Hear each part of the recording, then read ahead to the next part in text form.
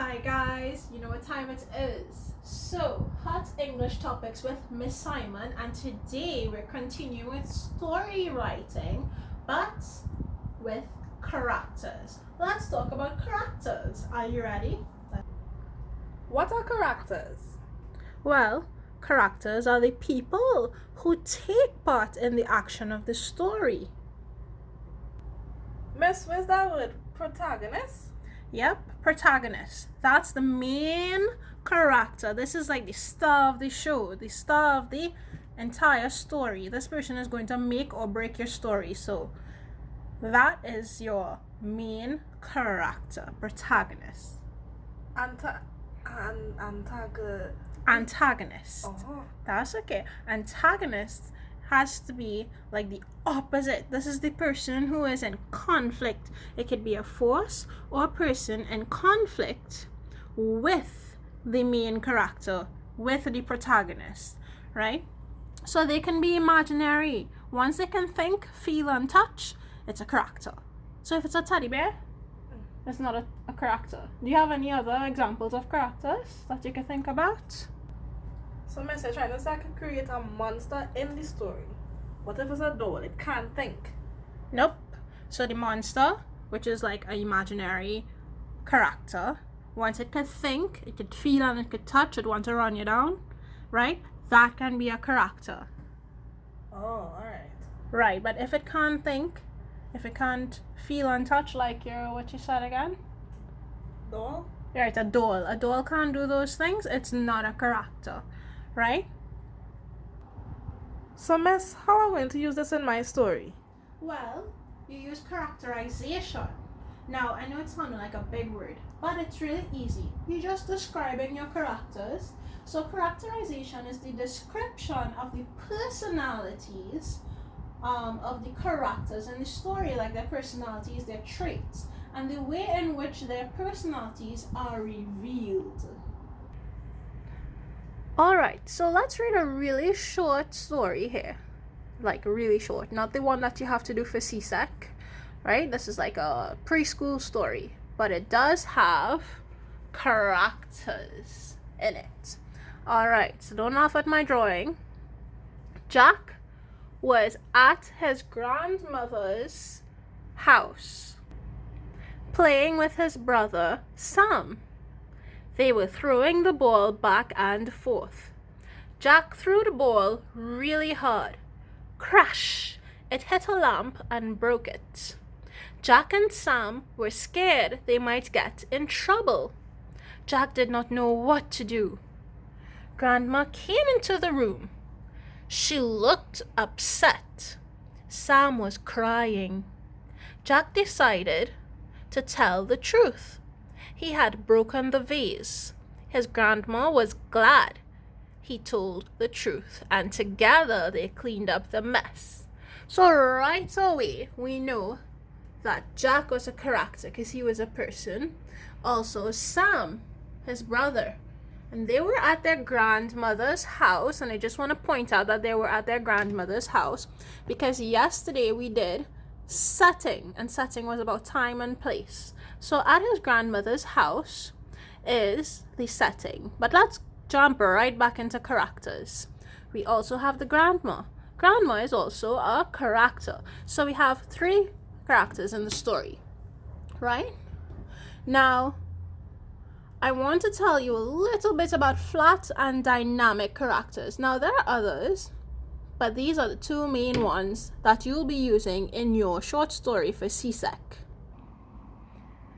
So the flat characters are those that are just kind of like in the background. They might reveal maybe 1 or 2 personality traits, and they don't really change, nor are they fully developed in the story. You might just know 1 or 2 things about them, right? So for example, in a story about a friendly teacher, Sandra, Mr. Drake is the janitor in her building. He usually says hello to her in the hallway. He's a flat character, Mr. Drake that is, because he's not really changing anything in the story about himself or his personality or changing for the better or the worse or anything. He's just going to be the janitor in the building in the story, right? Now we also have characters who are static. They might be fully developed, but they don't change their ways. right? Or should I say more developed, but they don't change their ways, right? So it's kind of like a flat character, but just a little bit more developed. You can have a dynamic character, which is a fully developed character or a round character, but this one changes over time.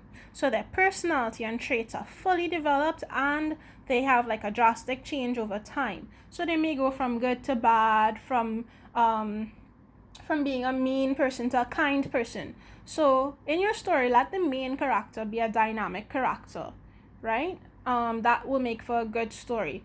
Example, Ebenezer Scrooge. I know that you guys know about Scrooge, not so? Yes, miss. Right. So he was cheap. He was paying workers a little bit of money. They usually have Christmas stories about him. Scrooge was very stingy.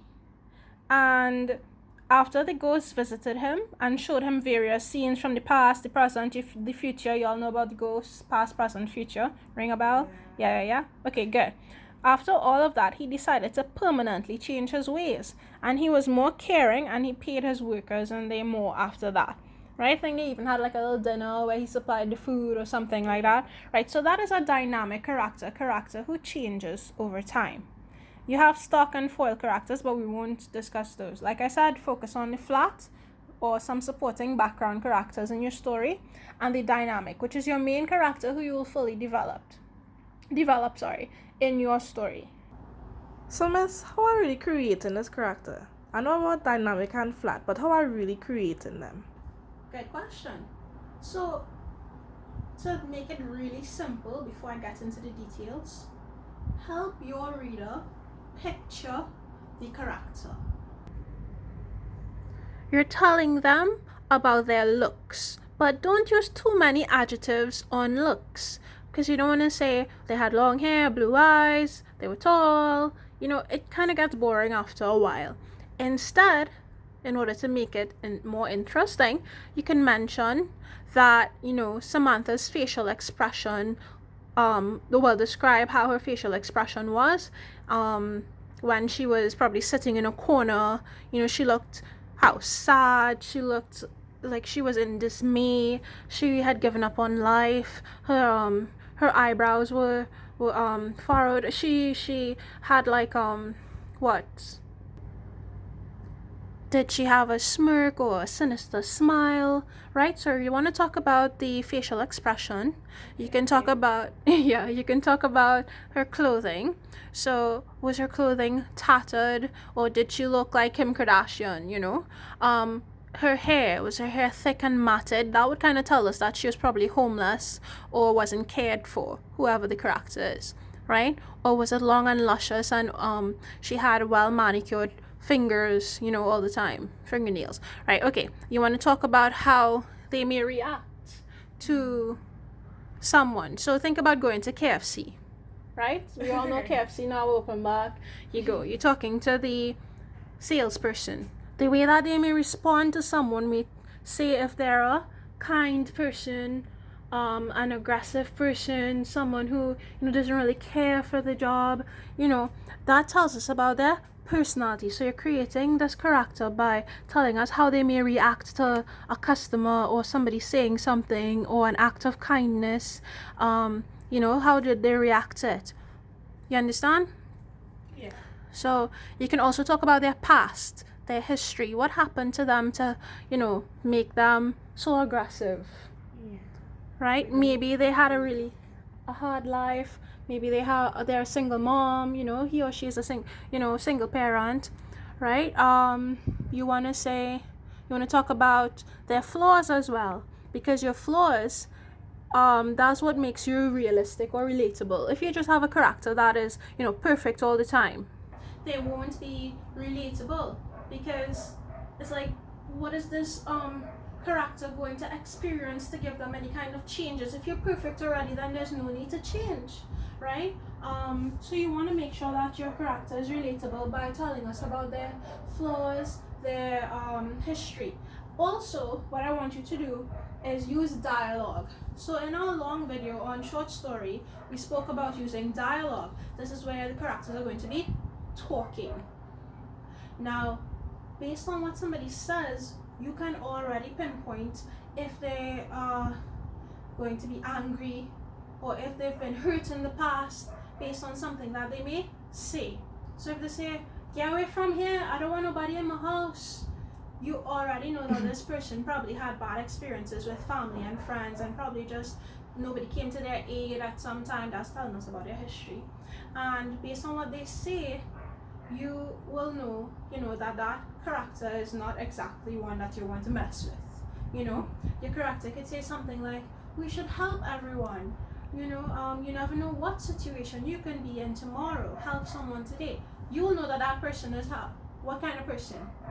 A kind person. A kind person. Right. So this is how you're creating your character. Tell us about their history. Talk, make them talk, so we can hear what kind of person they are. Don't describe their physical features too much, but tell us how they react to something or describe their facial expressions, etc.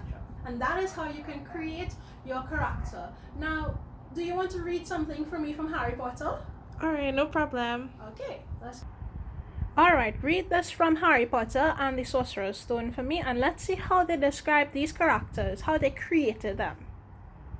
He was a big, beefy man with hardly any neck, although he did have a very large mustache. Mrs. Dursley was thin and blonde and had nearly twice the usual amount of neck, which came in very useful as she spent so much of her time craning over garden fences, spying on the neighbors. So she was macking the neighbors. So this tells me this character was very nosy. And how this man big and beefy, that means he was big and thick with 3 C's. Exactly. So you see, they created characters for us. If we didn't even watch the movie, we would basically know how these characters are supposed to look. Think about this big man walking in with his mustache and he's like, "Rrr," and this woman with this long neck to muckle with. Right? Did they tell us anything more than the fact that her neck was long and that her hair was blonde? We don't really know much about her physically anymore, like in this particular part of the story. However, we do know her personality traits. She was a Mako, and he was big and Thick. Alright guys, so that's all we have for characters today to help you with your short story and creating your characters. I hope you join us next time for the other parts of short story writing. Bye! Out and bad!